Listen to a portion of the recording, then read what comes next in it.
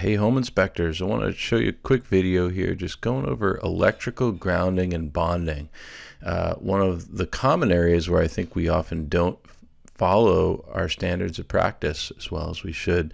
This is the Washington State Standards of Practice, and under the electrical system we are supposed to report the existence of a connected service grounding conductor and service grounding electrode when same can be determined, and we're supposed to report when no connection to the service ground can be confirmed. So are you doing that as a home inspector?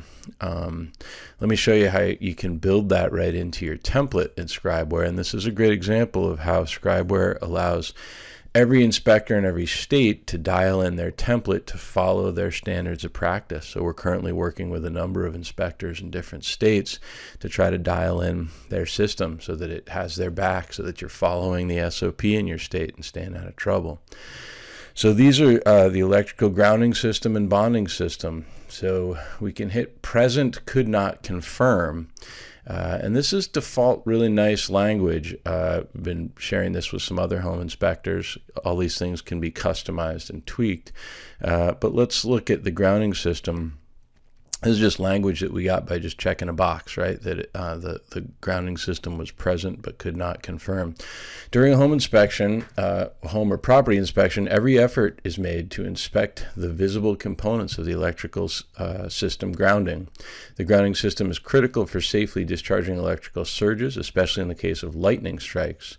There's no way in the context of a home inspection to verify the effectiveness of the grounding system, as much of the system is not visible, and there are not practical tests one can perform in the way we test a furnace or a plumbing fixture. However, there are many things that can lead me to recommend further evaluation of the grounding system by a licensed electrical contractor, and they will be documented in the observations below if discovered. So let's move on to the electrical bonding system for a minute, and then we'll talk about making some observations here.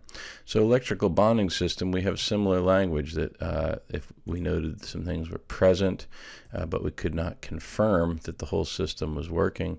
But we could add even more to that. This is fairly similar language, but now we're talking about the electrical bonding system. And again, I just checked a note that it was present, could not confirm, and I get all this nice language. This language doesn't show up in the summary page. It's not a big deal, but it's just kind of built into the report. And let's add some details. One of the habits I've gotten into to help me make sure I'm checking my electrical bonding system during inspection is I'll just make a note. I found bonding on the water pipes, and I found bonding on the gas pipes. So again, just checked a couple boxes here. We'll drag in our picture of bonding on the water pipes, and we'll drag in our picture of bonding on the gas piping. So that's a great example of how easy it is to actually follow the SOP. Have a nice note that, hey, it's not really possible to confirm the effectiveness of this, but if I see things that I think need repair, I'm going to recommend that. And we're noting the bonding connection and the at the water pipes and the gas pipe.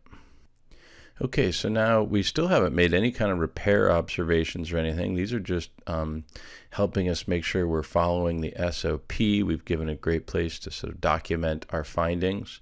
But now let's say we wanted to write up a defect that would sort of connect to this grounding note. So we can add an observation. And I'm going to just start typing in 2 rods. We'll use our keyword search here. Earthing system, only 1 ground rod found. Rods not fully driven. That might be our defect here. These are not driven.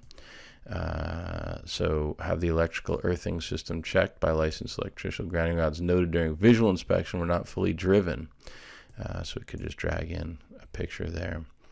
And this is sort of an opportunity, obviously, to have an electrician check the entire system.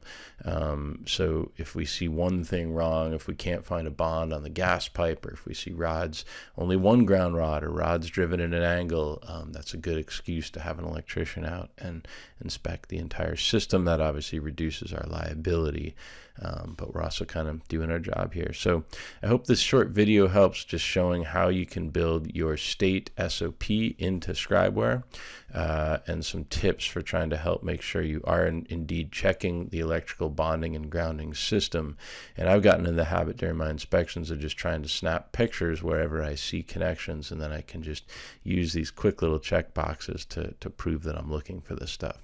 Okay, thanks for watching.